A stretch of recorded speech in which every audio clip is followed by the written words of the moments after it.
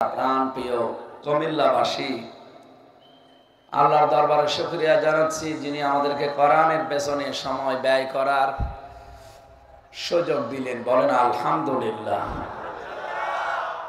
নবীজি জানিয়েছেন তিনটা কাজে যদি সম্পদ খরচ করা হয় কিয়ামতের দিন ওই সম্পদের হিসাব আল্লাহ নেবেন না। তার এক নম্বরে কোরআনের পেছনে। আমরা আজকের যে আয়োজন, যে খরচ, সব কার পেছনে বলেন তো? এখানে যা হচ্ছে সব কোরআন কেন্দ্রিক। আমার আসা যাওয়া, অর্থ খরচ করা, আমার সময় এখানে ব্যয় করা সব কোরআনের জন্য। এই জন্য কিয়ামতে আল্লাহ যখন জবাব দেবেন, আমাদের সামনে যখন হিসাব গ্রহণ করবেন, এই 1-1.5 ঘন্টা বা 2 ঘন্টা যে সময় আপনি দিচ্ছেন, এই সময়টা মাইনাস করে তারপরে হিসাব শুরু করবেন।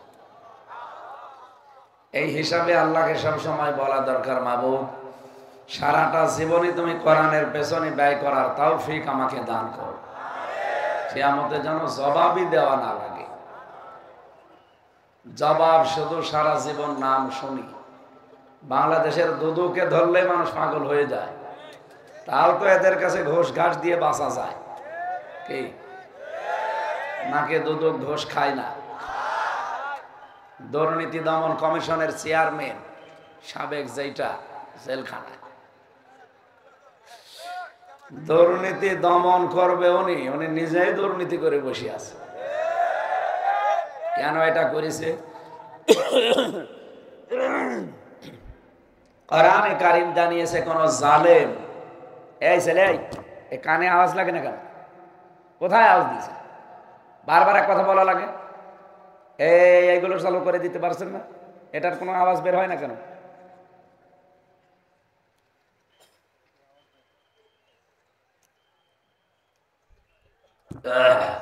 কোন জায়গার মাইকে? কিসের নো? কোনো আলোই নেই। জেলা শহরের মাইক নিতে পারেন না, একটু পাওয়ার বেশি আছে। এ তো রওশনের সাথে মতো।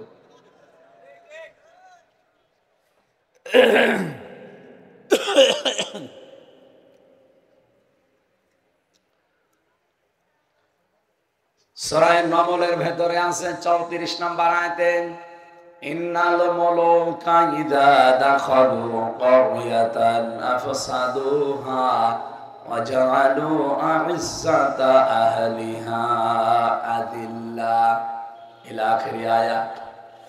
রব্বুল আলামিন বলেন, কোন এলাকা যদি জালেমরা শাসন করে, কোন জালেম যদি ক্ষমতার চেয়ার পায়, তারা 2টা কাজ প্রথমে জারি করে।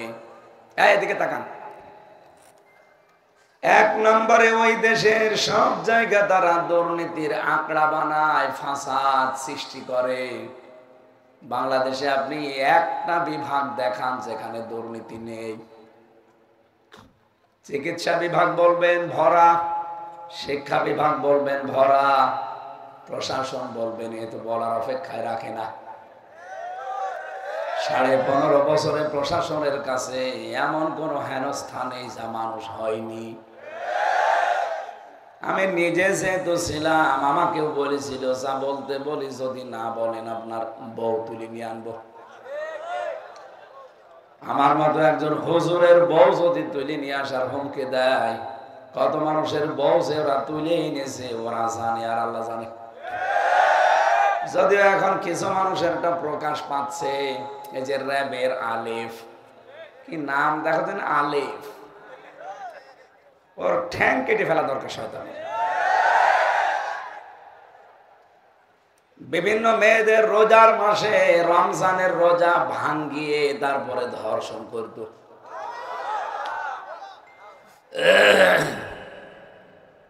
এরে মানুষ বললে গোনা হবে।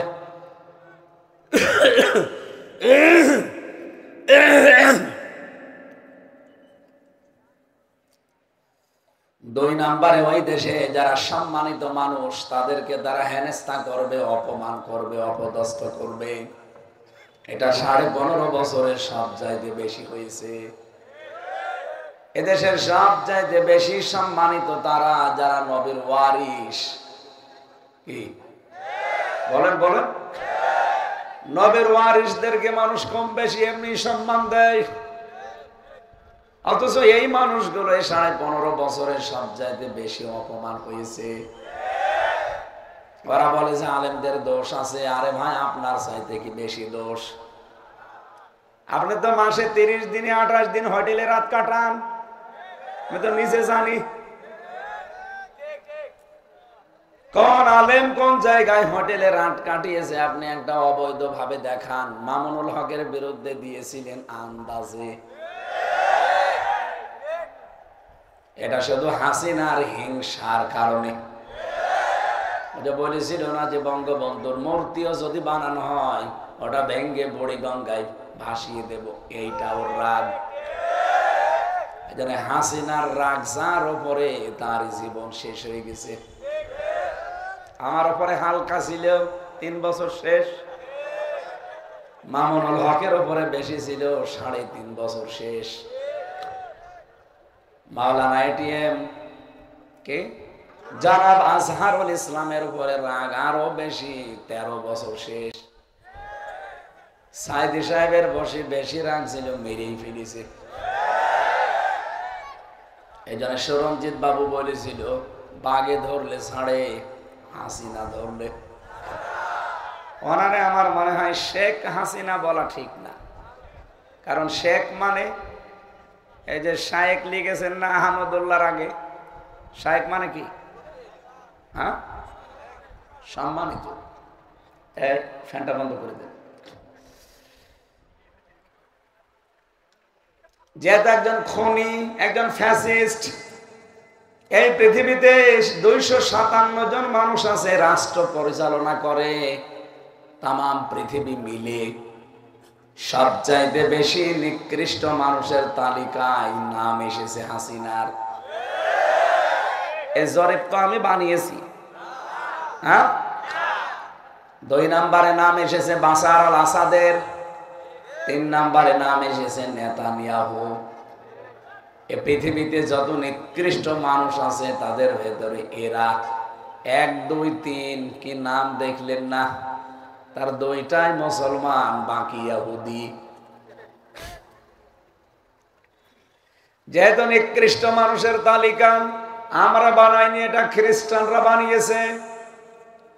এই হিসাবে আমরা বলতে চাই ওনার নামের আগে এই সম্মানিত শব্দটা এখন আর বলা যাবে না।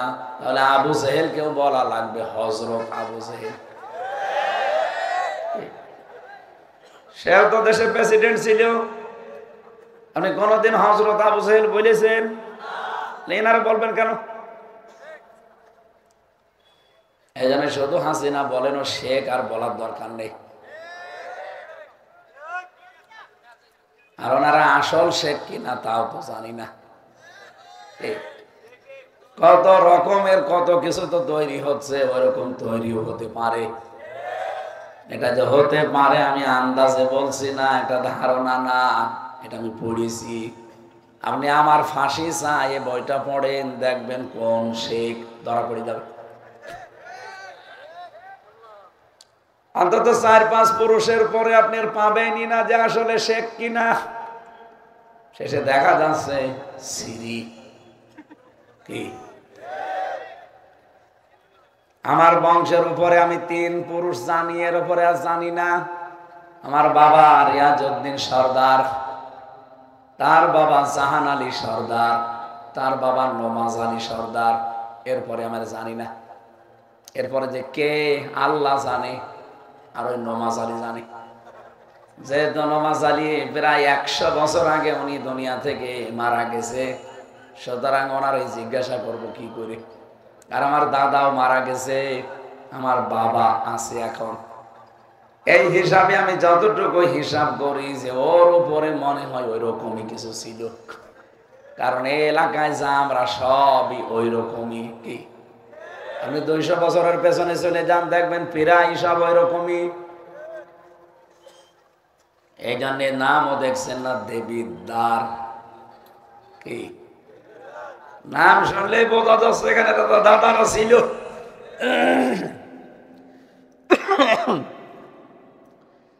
কুমিল্লাবাসী সম্মানিত মানুষদেরকে যারা সম্মান দেয় না, অসম্মান করে, আল্লাহ বলেন এটা জালেমদের কর্মসূচি, এটা 2 নম্বরে। এজন্য অসম্মানিত করা সম্মানিত মানুষদের, আর দেশের ভেতরে বিশৃঙ্খলা তৈরি করা, দুর্নীতির আঁকড়া বানানো প্রতিটি জায়গা, এই কর্মসূচিগুলো জালেমরা ক্ষমতায় গেলে হাতে নেয়। আগামীতে যারা যাবেন অন্তত এই 2টা হাতে নেবেন না। কিন্তু অনেকেই দেখছি হাতে অলরেডি নিয়ে নিয়েছে। এই দেখেন 5 তারিখের পরে কি চাঁদাবাজি বন্ধ হয়ে গেছে? আগে ছিল এক কায়দা, এখন শুধু হাত বদল হয়েছে। চাঁদাবাজি একটা দুর্নীতি না? আরো জোরে বলেন, এটা একটা ফাসাদ না, বিশৃঙ্খলা? জালেমরা তো ক্ষমতায় বসার পরে এরা দুর্নীতি আরম্ভ করে, আর আপনি না বসে শুরু করে দিয়েছেন। 2 নম্বরে, সম্মানিত মানুষদেরকে যারা অসম্মান করবে, বাংলাদেশে অনেকে আরম্ভ করে দিয়েছে। মাওলানা মিজানুর রহমান আজহারী এই জেলার সন্তান, তার নামে অনেকে এখনো চেয়ারই পায়নি, বজ ধর্ম ব্যবসায়ী। কে বলেছিল যে একদল খেয়েছে আর একদল রেডি হয়ে আছে? আপনার তো নাম বলেনি। রেডি হয়ে মাসে আগামীতে যারা ক্ষমতায় আসবে তাদের বুঝিয়েছেন। আগামীতে আপনি আসবেন, আপনারা গ্যারান্টি দিল কে? আগামীতে তো জামাত ইসলামও আসতে পারে, খেলাফত মজলিসও আসতে পারে, চরমনায়ও আসতে পারে। আপনি গায়ে নেবেন কেন? প্রশ্ন আসতে পারে, ওদের লোক নেই, ওদের নাম বলেন কেন? আরে বেটা, পাকিস্তানের দিকে তাকান তো, ইমরান খান যখন পাশ করেছে বড় বড় দলকে টেক্কা দিয়ে, ওই সময় কিন্তু পাকিস্তানের অনেক উপজেলা লেভেলে তার অফিসও ছিল না। আপনি পড়েন ইতিহাস পাকিস্তানের। ইমরান খান পাশ করেছিল যে সময়, ওই সময় কিন্তু পাকিস্তানের ওখানে অনেক উপজেলা, অনেক থানাতেও তার অফিস ও দলীয় ছিল না। অথচ যাদের নাম বললাম এদের অফিস কিন্তু প্রত্যেক জেলায়, প্রত্যেক উপজেলায়, প্রত্যেক থানায়। কি কথা বলেন না কেন? আর যে সুর এখন শুনতেছেন, বাংলাদেশে খেলাফত, চরমনা, জামাত, এরকম 12টা বড় বড় দল ইসলামের নাম নিয়ে যারা চালায়, ওরা সব অলরেডি সিদ্ধান্ত নিয়েই ফেলেছে যে আগামীতে আমরা সবাই মিলে একটা বাক্স দেব ইসলামের।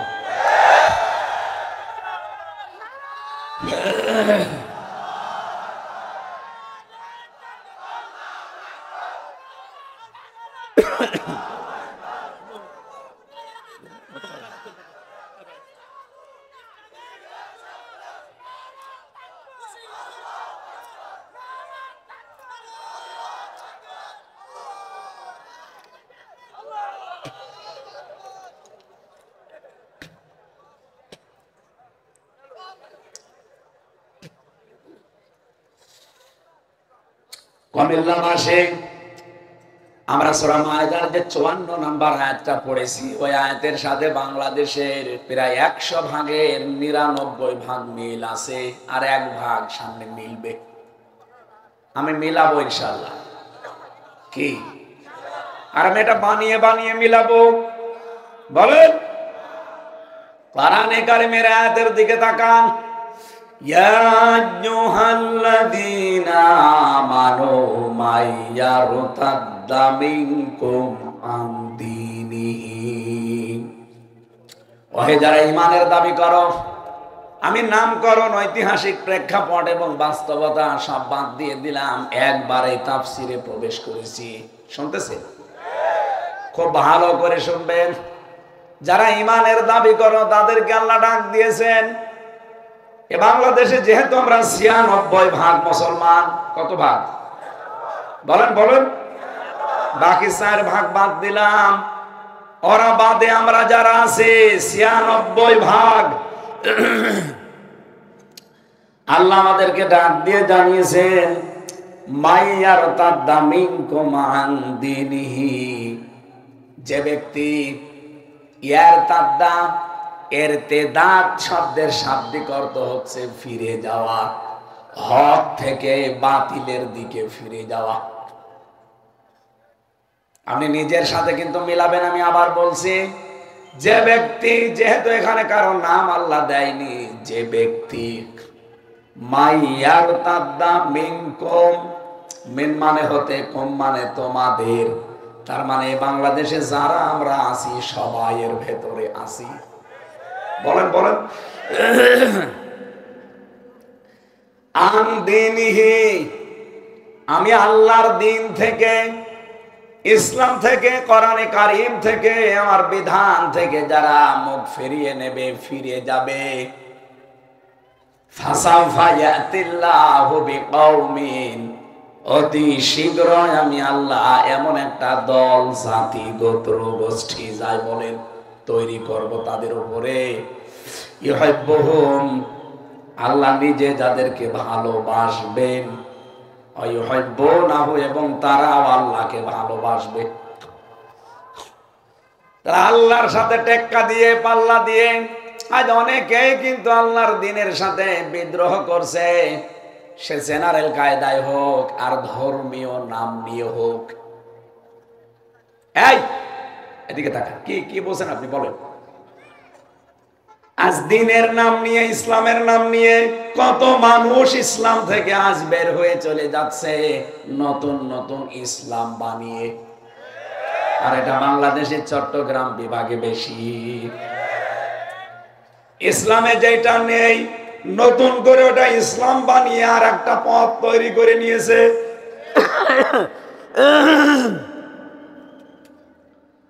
জিকিরের নাম নিয়ে, দরবারের নাম নিয়ে, পীর সাহেবের নাম নিয়ে, মাজারের নাম নিয়ে, আল্লাহর ওলিদের নাম নিয়ে এমন এমন রাস্তা বানাচ্ছে, আপনি নবীজির 63 বছরের জীবনে সেটা পাবেন না।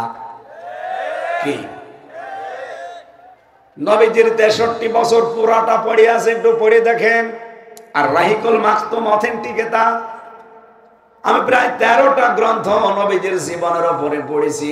নবী রহমত, মানবতার বন্ধু মুহাম্মদুর রাসূলুল্লাহ। আর রাহিকুল মাকতুম, সিরাত ইবনে হিশাম, সিরাত বিশ্বকোষ, এইভাবে আমি 13টা মিলিয়ে পড়েছি।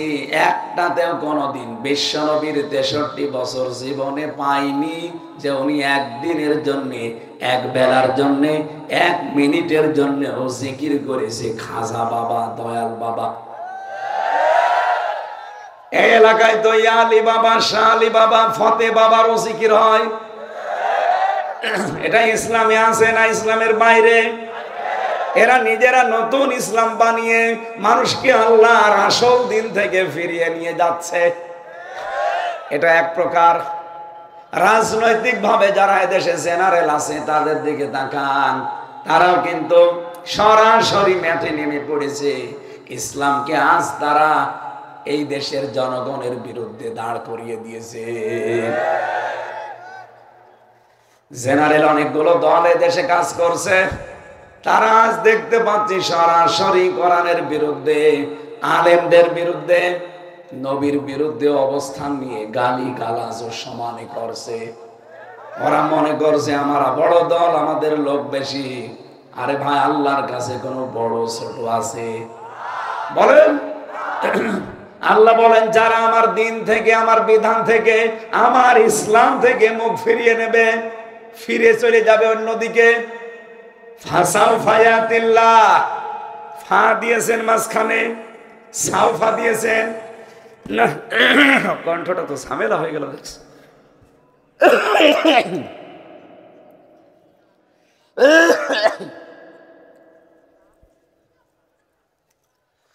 সাউফা শব্দটা ব্যবহার হয় প্রায় 13টা অর্থে।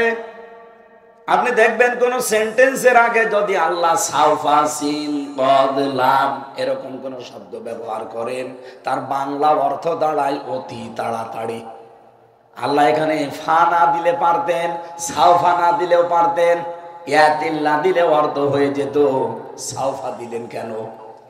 যত তাফসির আমি পড়েছি, মুফাসসিরিন ইকরাম জানাতে চেয়েছেন, আল্লাহ পাক বলেন আমি আল্লাহ কিন্তু দিন থেকে যারাই ফিরে যায় তাদের উপরে এমন রাগান্বিত হই যে সিদ্ধান্ত সঙ্গে সঙ্গে নিয়ে ফেলি যে অতি তাড়াতাড়ি তোমাদের উপরে ইয়াতিল্লাহ, আমি আল্লাহ নিজে কওমিন, এমন একটা জাতিকে তৈরি করব, এমন একটা দলকে তোমাদের উপরে আমি আল্লাহ নিয়ে চলে আসব, ইউহিব্বুহুম, যারা আমি আল্লাহকে ভালোবাসবে, ওয়ায়ুহিব্বুনাহু, এবং আমি নিজেও তাদেরকে ভালোবাসবো।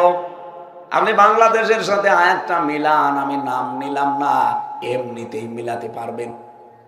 আপনি দেখেন আজ দিন থেকে ফিরে যাওয়ার জন্য হিড়িক চলছে, সে জেনারেল কায়দায় বলেন, ধর্মীয় কায়দায় বলেন, কত মানুষ মনে করছে আল্লাহর এই দিনকে আমরা দুর্বল করে দেব।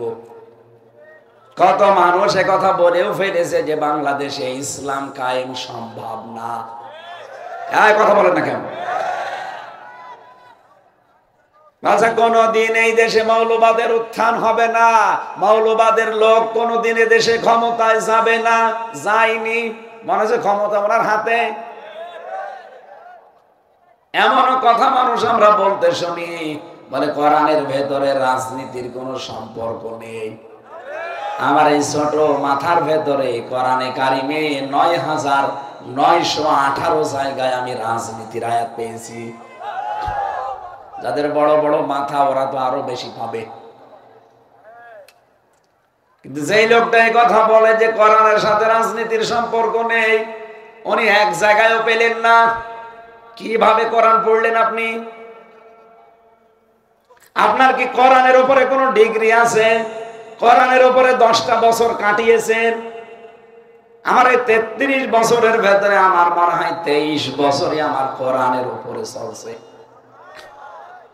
আমার অনার্স মাস্টার্স পর্যন্ত কোরআনের উপরে।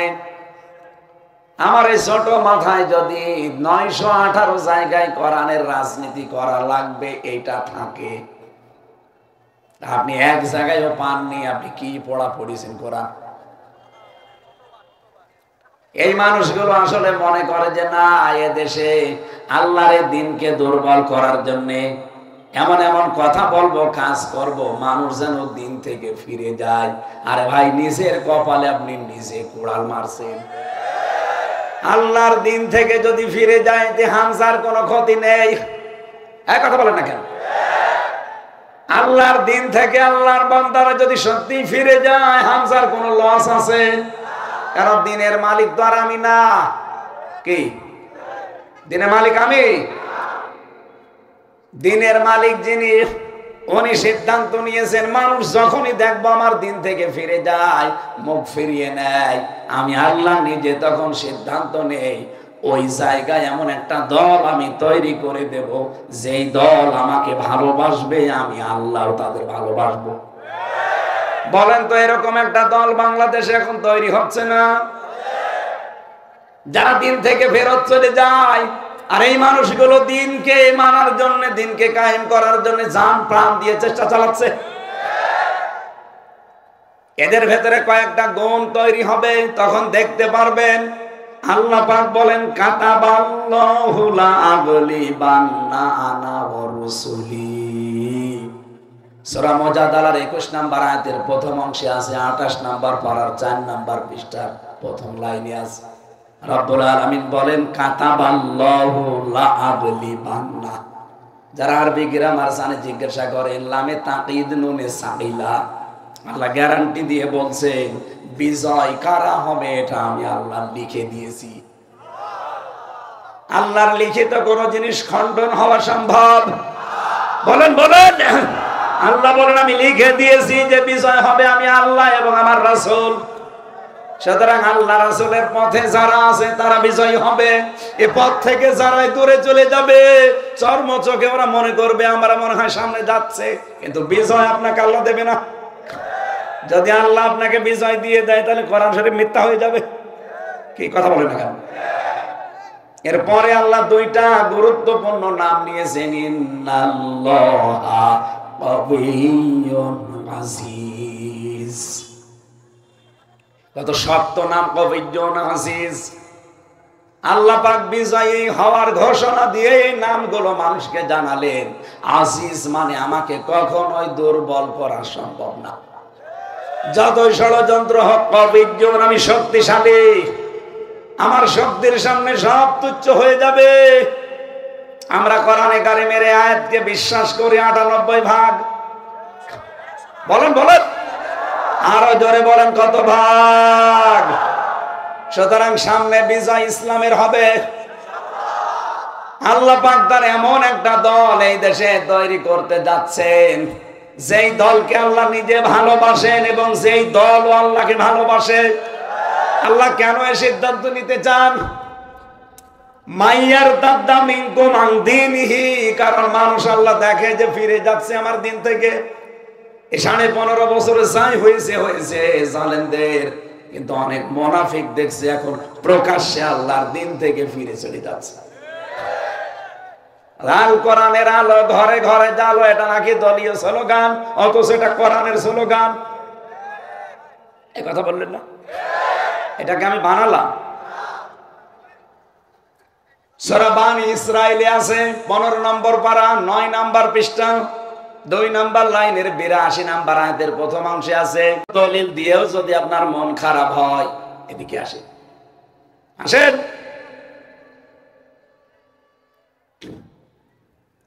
রব্বুল আলামিন বলেন, আনুনাজ্জিলু মিনাল কুরআনি মা হুয়া শিফাউ ওয়া রাহমাতুল লিল মুমিনিন। এই কোরআন নাযিল করার ধারাবাহিকতায় এমন এমন বিধান আমি আল্লাহ দিয়েছি যা মুমিনদের জন্য রোগ মুক্তির কারণ। ওয়ালা ইয়াজিদুজ জালিমিনা ইল্লা খাসারা, কিন্তু জালেম যারা তাদের কোনো উপকার নেই, দিন যত যাবে তাদের ক্ষতি বৃদ্ধি হতেই থাকবে।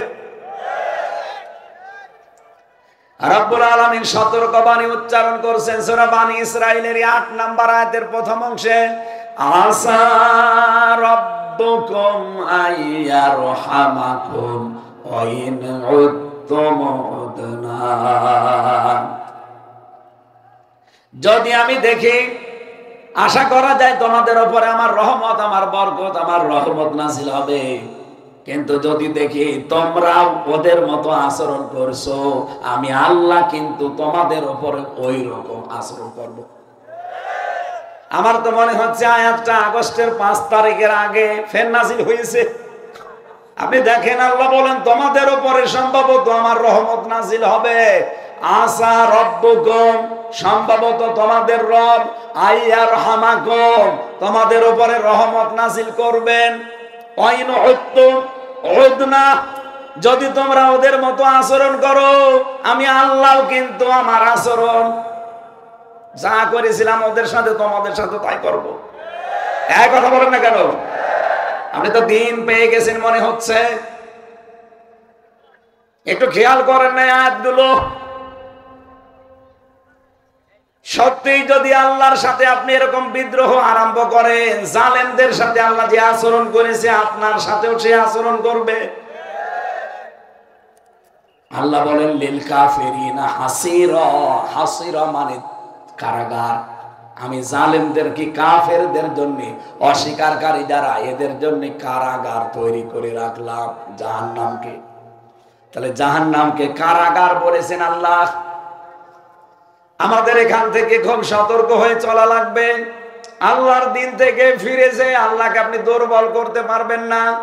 কি ক্ষতি হয়ে যাবে আপনার, আপনার দলের। কারণ আল্লাহ এমন একটা দলকে এই জায়গায় দাঁড় করিয়ে দেবেন, ওয়াইন তাতাওয়াল্লাউ ইয়াস্তাবদিল কওমান গায়রাকুম সুম্মা লা ইয়াকুনু আমসালাকুম। সূরা মুহাম্মদের ভেতরে আছে 26 নম্বর পারায় আল্লাহ পাক বলেন, তাদেরকে আমি আল্লাহ ওই জাতির উপরে এমন একটা জাতি তৈরি করব যারা তোদের মতো হবে না। প্রশ্ন আসতে পারে, আপনি ভাষাটা কি বললেন? তোদের মতো। আপনি তাফসিরে দেখেন, বাংলায় এইটাই লেখা আছে। তোমাদের মতো এত সম্মানিত শব্দ আল্লাহ দেয়নি। কারণ দিন থেকে আপনি ফিরে চলে যাবেন, আর আপনাকে আদর করে ভালোবাসা দিয়ে আল্লাহ ডাকবে। এই জন্য তোমাদের বাদ দিয়ে তোদের দিয়েছেন। সম্মালা এখনো আমসালাকুম, যারা তোদের মতো হবে না। এমন একটা জাতি আমি তোদের মাথার উপরে এমন একটা দল তৈরি করব যারা তোদের মতো হবে। বলেন বলেন, সেই দলের লোকজনের কাজ কি হবে? আমি তো সামনে ঠিক এই আয়াতটা বাস্তবে মিলিয়ে দেখতে পাচ্ছি। একামতে দিন যারা এদেশে কায়েম করতে চায় সেই দলকে আমার আল্লাহ এই আয়াতে ইঙ্গিত দিয়েছেন। বাংলাদেশে তো কত দল আছে, সবাই একামতে দিনের কাজ করে না। কেউ খেদমতে দিন নিয়ে ব্যস্ত আছে, এই কথা বলে না কেন? কেউ খেদমতে দিন নিয়ে ব্যস্ত আছে, কেউ আছে একামতে দিন নিয়ে। খেদমতে দিন যদি এদেশে কিয়ামত পর্যন্ত হয়, একামতে দিন যদি এদেশে কায়েম না হয়, আল্লাহর কসম, আল্লাহর বহু বিধান আছে আপনি মানতে পারবেন না। বলেন, বাংলাদেশে খেদমতে দিন আছে না নেই? কিন্তু সুদ মুক্ত হতে পারছেন? বলেন। ব্যাংকিং ব্যবস্থার দিকে তাকান। এখন ইসলামী ব্যাংকে যে নিয়ম নীতিগুলো আছে, এইগুলো যদি আজ বাংলার সব ব্যাংকে আমরা জারি করতে পারতাম, হ্যাঁ, এরাও 100% সুদ মুক্ত না। যতদিন পর্যন্ত রাষ্ট্রীয়ভাবে যাকাত ভিত্তিক অর্থনীতি কায়েম না হবে, ততদিন এই দেশে সভাপতি না, ও সভাপতির বাপ যদি বাস করে সেও সুদখোর। আমার এই টুপি সুন্দর লাগছে, এর ভেতরেও সুদ আছে।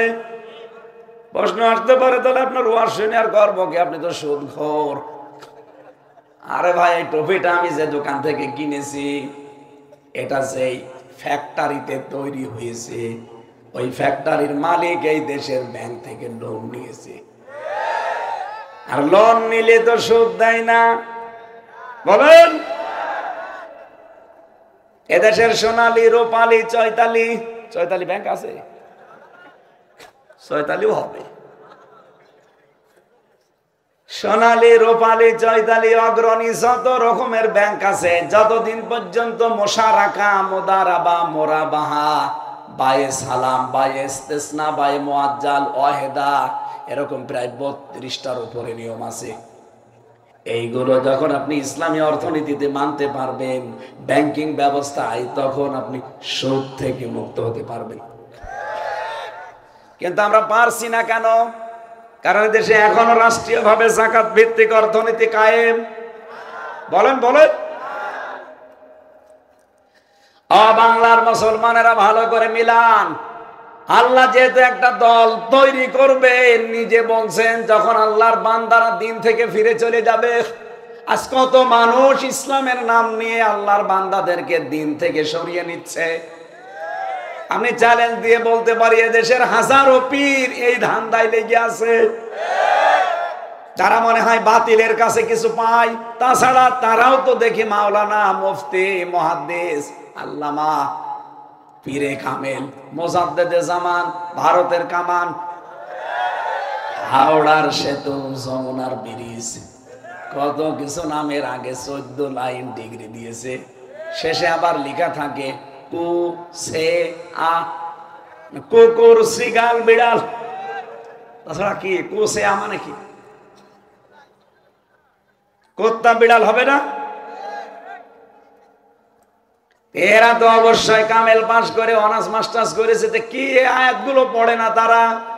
আল্লাহর দিনের ভেতরে নতুন করে কিছু দিলে সে কাফের। বলেন বলেন। কারণ আল-ইয়াউমা আকমালতু লাকুম দীনাকুম, আজকে আমার দিনকে পরিপূর্ণ করে দিলাম। কিয়ামত পর্যন্ত আমার দিনের ভেতরে কিছু দেওয়া যাবে না, এমনকি দিন থেকে কিছু বাদও দেওয়া যাবে না। বলেন, নামাজ যদি দিনের ভেতরে থাকে, যাকাত দিনে নেই। বলেন বলেন। রোজা দিনের ভেতরে নেই। সমাজ কিভাবে চালানো লাগবে দিনের ভেতরে নেই। রাজনীতি কিভাবে করা লাগবে দিনের ভেতরে নেই। নামাজের কথা বললে আপনার আনন্দ লাগে, রোজার কথা বললে ভালো লাগে, সমাজ কিভাবে চলবে এটার কথা বলতে গেলে আপনার মন পাওয়া যায় না।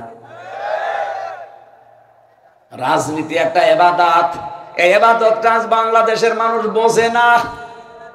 কি এই কথা বলা লাগবে? এইটা আজ আমরা বুঝি না, এই জন্যই তো পুরা রাজনীতিটা আজ দুর্নীতি হয়ে দাঁড়িয়েছে। আল্লাহর কসম, যারা ভারতকে সমর্থন করেন, আমি নির্দ্বিধায় বলতে পারি, আপনি দুর্নীতি সামনে করবেন অথবা করেছেন, এই জন্য সামনে পালানো লাগতে পারে, জায়গা কাছে, এই কারণে ভারতকে সমর্থন করে। ও জালেমরা তো সমর্থন করতো এই কারণে যে যা করেছি পাহাড় এ নিয়ে তো আর আমেরিকায় একবারে যাওয়া যাচ্ছে না, গেলে আগে দাদার কাছে, এরপরে ওখান থেকে। এই জন্য এত সাপোর্ট করতো, এমনকি স্বামী স্ত্রী বানিয়ে ফেলেছি। আর শয়তানরা পালিয়েছেও ঠিক দাদার কাছে। 300 এমপির ভেতরে প্রায় 280 জনই দাদার কাছে, আর বাকি কয়েকটা আমি বিভিন্ন দেশে পেয়েছিলাম, সিঙ্গাপুরে, মালয়েশিয়া, থাইল্যান্ডে, ইন্দোনেশিয়া, বড় বড় যে দেশগুলোতে আমি গেছি, যে দেখি ওই দেশে ওরা হোটেলে থাকে। মালয়েশিয়া যে হোটেলে উঠলাম, ইন্টারন্যাশনাল হোটেল, নিচে নামলাম, দেখি 2 শয়তান বসে চা খাচ্ছে আর পেপার পড়ছে। কি গো হুজুর, আমরা আগেই পালিয়েছি, আপনি একটু দোয়া করেন আমাদের জন্য। আবার বলছে আপনি চা খান, আপনার চা খাওয়া যায়?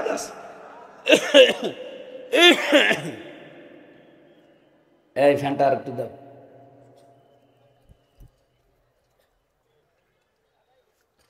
আমি আবার রিপিট করছি, যারা দাদা বাবুদের সমর্থন করেন, এখানে অনেক গোয়েন্দা আছে, আমি জানি, আপনি ছেড়ে দেন, আমার কোনো ভয় নেই জীবনের ওপরে, কারণ আমি মরণের ঘর থেকে ঘুরে এসেছি।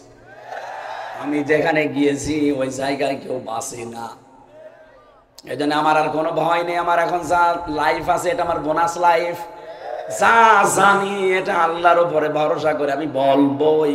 এতে কে নারাজ হলো কে খুশি হলো সেটা দেখার দরকার নেই। যারাই ভারতকে সমর্থন করবে আপনি দেখবেন ওদের ধান্দা আছে আমরা এরকম মারিং কাটিং করব, ঝামেলায় পড়লে পালাবো, এত পাশে তো তাড়াতাড়ি চলে যাওয়া যাবে।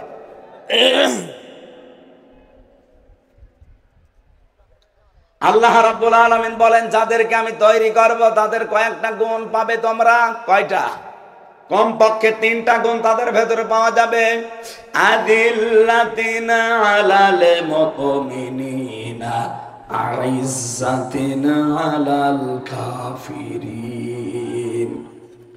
রব্বুল আলামিন বলেন ওই মানুষগুলোর প্রথম নম্বরে গুণ হবে, হে নবী, তারা নিজেদের প্রতি রহম দিল হবে আর কাফেরদের প্রতি কঠোর হবে।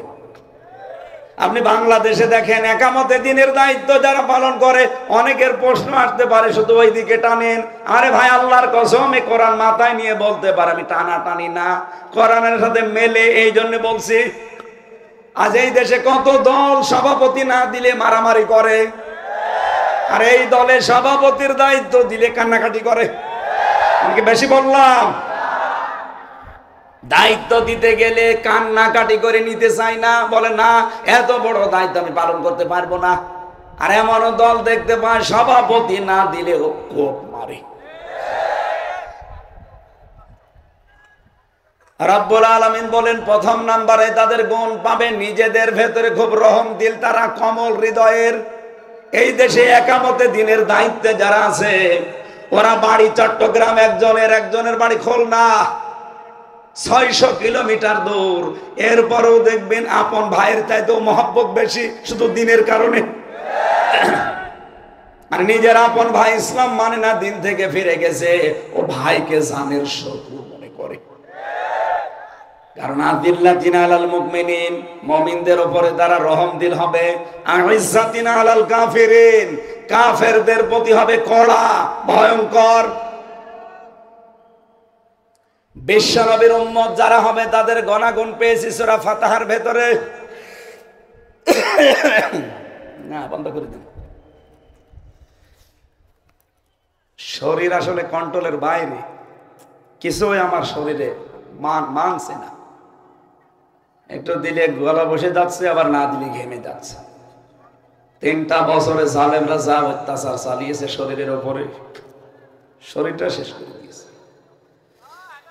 মুহাম্মাদুর রাসূলুল্লাহ ওয়াল্লাযীনা মাআহু আশিদ্দাউ আলাল কুফফারি রুহামাউ বাইনাহুম। আল্লাহ পাক বলেন মুহাম্মদ সাল্লাল্লাহু আলাইহি সাল্লাম আল্লাহর রাসূল, তার সাথে যারা থাকবে তার সঙ্গে তাদের কয়েকটা গুণ আপনি দেখতে পাবেন। আশিদ্দাউ আলাল কুফার, তারা কাফেরদের প্রতি কঠোর হবে। কাফেরদের প্রতি কঠোর হওয়া মানে কাফেরদের আচরণ, কাফেরদের দিবস, কাফেরদের নিয়ে আসা যত অনুষ্ঠান সবগুলোর প্রতি কড়া হওয়া লাগবে। এ বাংলাদেশে কোনো কাফেরের তৈরি করা কোনো অনুষ্ঠান আমরা পালন করব? এই যে ফেব্রুয়ারি মাসের 14 তারিখে যেটা গেছে, এটা কাফেরদের তৈরি করা, ইংল্যান্ড থেকে নিয়ে আসা খ্রিস্টানদের বিশ্ব ভালোবাসা না, বিশ্ব বেহায়া দিবস। এটা মুসলমানের ছেলে মেয়েরা আগামী থেকে আর পালন করবে? আরো জোরে বলেন, করবে? পৃথিবীতে মুসলমানদের দিবস হবে দুইটা, ঈদুল আজহা, ঈদুল ফিতর, এর বাইরে কোনো দিবস নেই। কত মানুষ আজ দিবস বানায়, জেল খাটা দিবস, প্রত্যাবর্তন দিবস, বিয়ে করা দিবস। আরে ভাই, বিয়ে করা দিবস যদি পালন করা লাগে, কেউ তো বিয়ে করে 4টা, বছরে তো 4 দিন শুধু বিয়ে হিসাবে। এত দিবসই আপনি পাবেন কোথায় শেষে? আমার কুষ্টিয়ার একজন বিয়ে করেছে 9টা, একসাথে 7টা বউ। বলে মাশাআল্লাহ, ওরে জবাই করা দরকার। শয়তান আল্লাহর বিধান পুরাটা উল্টিয়ে ফেলেছে।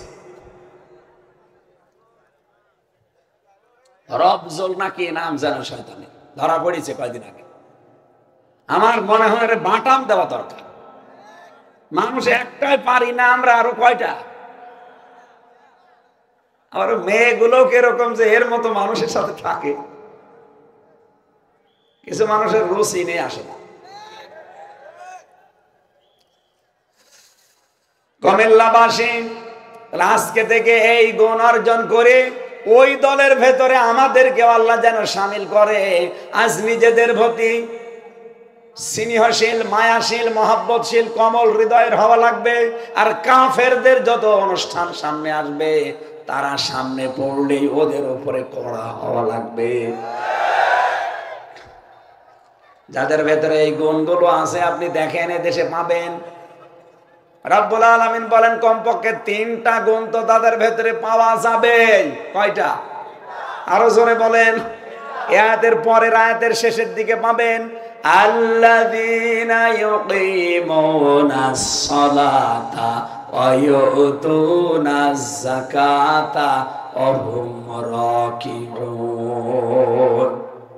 এই মানুষগুলোর প্রথম কাজ, তারা নামাজ কায়েমের আন্দোলন করবে। আরে ভাই, এখানে ফাসাল্লি লিরাব্বিকা নেই যে নামাজ পড়বে তার রবের জন্য না। আল্লাযীনা ইউকিমুনাস সালাত, যারা নামাজ কায়েম করবে। আর কায়েম করা এটা ব্যক্তির না, এটা কায়েম করা রাষ্ট্রের দায়িত্ব। সুতরাং আমরা এমন একটা রাষ্ট্র তৈরি করতে চাই যে রাষ্ট্রে নামাজ কায়েম থাকবে। এইটার জন্যই রাজনীতি করি, এইটার জন্যই রাজনৈতিক কথা বলা হয়। তাছাড়া অন্য কোনো উদ্দেশ্য আল্লাহর কসম আমার নেই।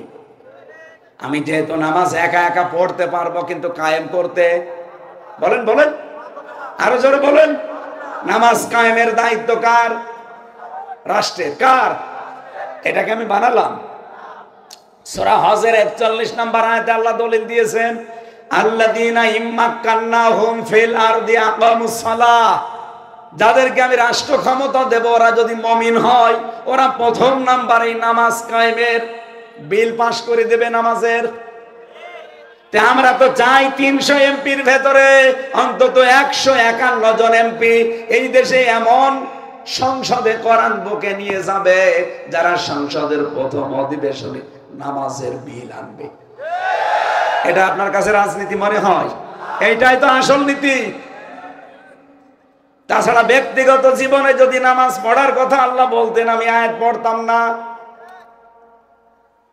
যেহেতু আল্লাহ এমন মানুষকে ভালোবাসেন, তারাও আল্লাহকে ভালোবাসে, তার প্রথম গুণ তারা নামাজ কায়েমের আন্দোলন করবে। আজ এই তাফসীর মাহফিল, ওয়াজ মাহফিল, এই সমস্ত অনুষ্ঠানে কোরআনের কথাগুলো এইভাবে বলা হয় না। বলতে গেলে এই 15 বছর খালি রাজনীতি বলতো। কি বলেন বলেন? এই কারণে কি হয়েছে দেখেছেন, বউগুলো রাজমিস্ত্রি আর আমরা জোগাইলে কি বউগুলো রাজমিস্ত্রি না?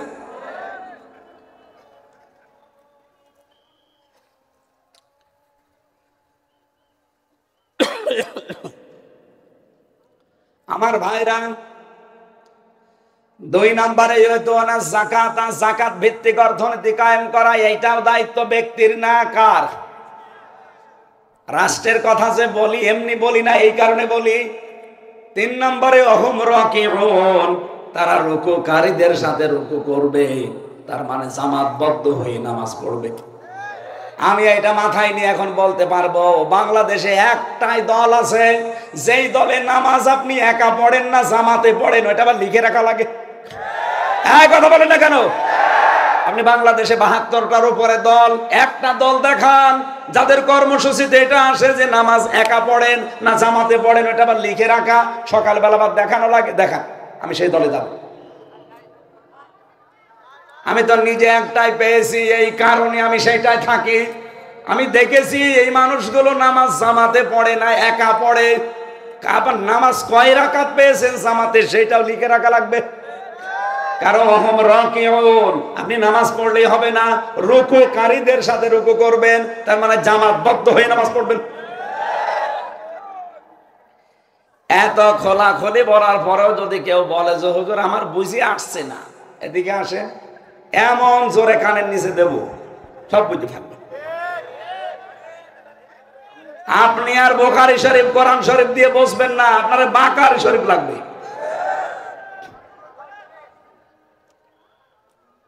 সঠিক কথাগুলো মানুষ তুলে ধরতে চায় না, আয়াত পড়ে একরকম, ব্যাখ্যায় চলে যায় আর একদিকে। আমি যা পড়েছি তাফসিরে সেইটাই বাংলা বললাম, আপনি মিলিয়ে দেখেন, একটা কথা যদি ভুল হয় আমার সাথে বসে। মাইয়ার তাদ্দামিন কোমান দিনহি, যারা আল্লাহর দিন থেকে ফিরে যাবে, আল্লাহর সিদ্ধান্ত ফাসাউফা ইয়াতিল্লাহ, আল্লাহ বলেন আমি নিজে অতি তাড়াতাড়ি বিকৌমিন, এমন একটা দল তৈরি করে দেব, ইউহিব্বুহুম, যারাদেরকে আমি আল্লাহ নিজে ভালোবাসি, ওয়া ইউহিব্বুনাহু, তারাও আমাকে জীবনের চাইতেও বেশি ভালোবাসে। বাংলাদেশের সাথে আমি তো মিলাতে পারি, আপনি পারেন না কেন? আদিল্লাতিন আলাল মুমিনিন, তাদের আরেকটা গুণ, এই মানুষগুলো নিজেদের প্রতি এমন কমল আচরণ করবে, তাই করে। কথা বলেন না কেন? আইজ্জাতিন আলাল কাফিরিন, কাফেরদের প্রতি কিন্তু তারা কড়া। দেখেছেন না এটিএম আজহারের জন্য বাংলাদেশে ইতিহাস সৃষ্টি করে ফেলেছে। একটা নিরপরাধ মানুষকে তারা আটক করে রেখেছে আজ 13 বছর। এই জন্য বাংলাদেশে কি অবস্থা তৈরি হয়েছে। অথচ এত বড় নামি দামি, এত বড় আপা পালিয়ে গেল, একটা লোক রাস্তায় নামলো না। ভালোবাসা তৈরি করে দেয় কে? এটা তো আর জোর করে পাওয়া যায় না, এটা তৈরি করে দেয় আল্লাহ নিজে। আগামী 25 তারিখে, আজকে তো 21, 25 তারিখে প্রধান উপদেষ্টা ডক্টর মোহাম্মদ ইউনূসের বাসভবন ঘেরাও করতে যাবে। যদি আজহারুল ইসলামকে মুক্তি দেওয়া না হয় এই নির্দোষ মানুষকে, আরে ভাই, অবৈধ সরকার ছিল, অবৈধ রায় ছিল, আপনি বিনা অপরাধী মানুষকে আর কতদিন রাখবেন? আস্তে আস্তে রাজনৈতিক যত জাতীয় নেতা সবই তো ছাড়া পড়ে গেছে। লুৎফুজ্জামান বাবর সাহেব 17 বছর পরে যদি বের হতে পারে, এটিএম আজহার কেন 13 বছর পরে বের হতে পারবে না? মামলা তো তার একই, রায়ও একই, এক কথা বলে না কেন? তাও লুৎফুজ্জামান বাবরের বিরুদ্ধে রায় ছিল যা, সাক্ষী ছিল যা, তার চাইতে 100 গুণ নরমাল সাক্ষী। এটিএম আজহারের বিরুদ্ধে সাক্ষী দিয়েছে 6 মাইল দূর থেকে দেখে, কেউ দেখেছে 3 মাইল, কেউ দেখেছে 1.5 মাইল। এই 3টা সাক্ষী এত দূর থেকে দেখা যায়, ওদের পাওয়ার কি চোখে যে 6 মাইল দূর থেকেও দেখতে পাচ্ছে যে উনি ধর্ষণ করছে।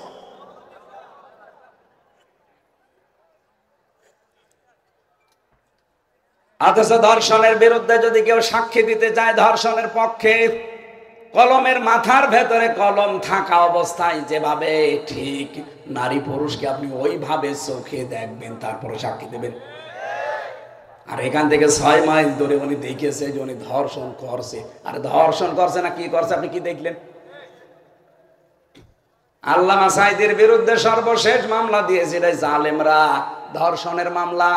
পিরোজপুর থেকে যে মহিলাকে সাজিয়ে টাকা পয়সা দিয়ে নিয়ে এসেছিল, অ্যাডভোকেট তাজুল ইসলাম জিজ্ঞাসা করছে, এই মেয়ে মাওলানা সাঈদী আপনাকে ধর্ষণ করেছে? বলছে জি হ্যাঁ। আপনার জন্ম তারিখ কত, কবে জন্ম নিয়েছেন আপনি? 1975 সালে।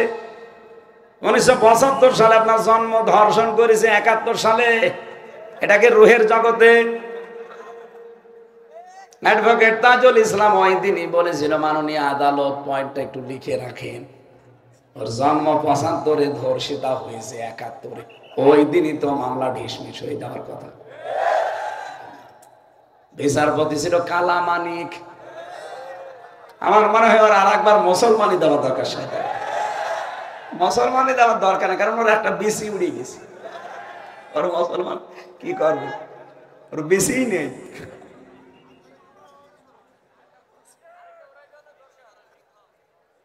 আমি এবার একটা হাদিস বলছি, আছেন আপনারা? হযরতে আবু যর রাদিয়াল্লাহু তাআলা আনহু বলেন, আমার বন্ধু মুহাম্মদুর রাসূলুল্লাহ সাল্লাল্লাহু আলাইহি ওয়াসাল্লাম আমাকে 7টা কাজের আদেশ দিয়েছেন। নবীজিকে শুধু আবু যরকে দিয়েছেন, আমরাও আছি। বলেন বলেন। 1 নম্বরে হযরতে আবু যর বলেন, এটা ইমাম আহমদ ইবনে হাম্বল বর্ণনা করেছে, মিসকিনদের ভালোবাসা এবং তাদের সাথে ওঠা বসা করা, তার মানে গরিব মানুষদের সাথে। 2 নম্বরে পার্থিব বিষয়ে নিজের চাইতে নিম্নে যারা আছে তাদের দিকে তাকানো, আর আখেরাতের বিষয়ে সব সময় উপরের দিকে তাকানো। একটু চিন্তা করতে পারেন যে মানুষগুলো দ্বীনের জন্য, ইসলামের জন্য এত কষ্ট করে গেল, তাদের তুলনায় আমি তো কিছুই করতে পারলাম না। কিয়ামতের দিন আল্লাহ মাসাই দিয়ে উঠবেন, আজহার সাহেব উঠবে, হামজা উঠবে, আপনিও উঠবেন। তাদের দ্বীনের জন্য, ইসলামের উপরে, ইমানের উপরে থাকতে গিয়ে তাদের যে স্যাক্রিফাইস। এটি আজহারের বাড়ি হাসিনার শ্বশুর বাড়ি যেখানে পাশাপাশি, ওনার বদরগঞ্জে, ইনার পীরগঞ্জে 1 গ্রাম পার হলেই ওনাদের গ্রাম। চিন্তা ভাবনা করে দেখেছেন, আত্মীয় হয় বারবার, কিন্তু তার কাছে অফার দিয়েছিল যে শুধু জামাত ইসলাম ছেড়ে দেন, আপনাকে শুধু ছেড়ে দেব না, একটা দায়িত্ব দিয়ে দেব। উনি বারবার বলেছিল, আমি জামাত ইসলাম করি, কারো কথা শুনি না, আল্লাহ কি বলেছে, রাসূল কি করেছে ওইটা চিনি। আপনারা আমাকে শুধু ছেলে না, মেরেও ফেলতে পারেন, কিন্তু কখনো আমি ইসলামী আন্দোলন দেখা মতে দিনের যে দায়িত্ব, 1 চুল পরিমাণ আমি পিছপা হব না। 13টা বছর তার জীবন থেকে নষ্ট হয়ে গেল। কিয়ামতের দিন লোকটা উঠবে, হামজা উঠবে, ওনার মর্যাদা আর আমার মর্যাদা তো আকাশ পাতাল, কারণ আমি তো দিনের জন্য কিছুই করতে পারিনি। এজন্য দুনিয়ার হিসাবে সবসময় নিচের দিকে তাকাবেন, যে আমার তো একটা বাড়ি আছে, মাথা গোজার ঠাঁই আছে, কত মানুষ কুমিল্লা স্টেশনে থাকে। কথা বলেন না। উপরের দিকে তাকানো আখেরাতের বিষয়ে। যেই মানুষগুলো এত কষ্ট করার পরে এরপরেও তারা টলে নাই, আর আমার তো কষ্টই নেই, শুধু নামাজ পড়া 5 ওয়াক্ত তাও লোক দেখানোর জন্যে। এরপরে 3 নম্বরে বেশি রক্তের সম্পর্কগুলো যুক্ত রাখা লাগবে, যদিও তারা ছিন্ন করতে চায়। আর এটা বাংলাদেশের সমস্যা।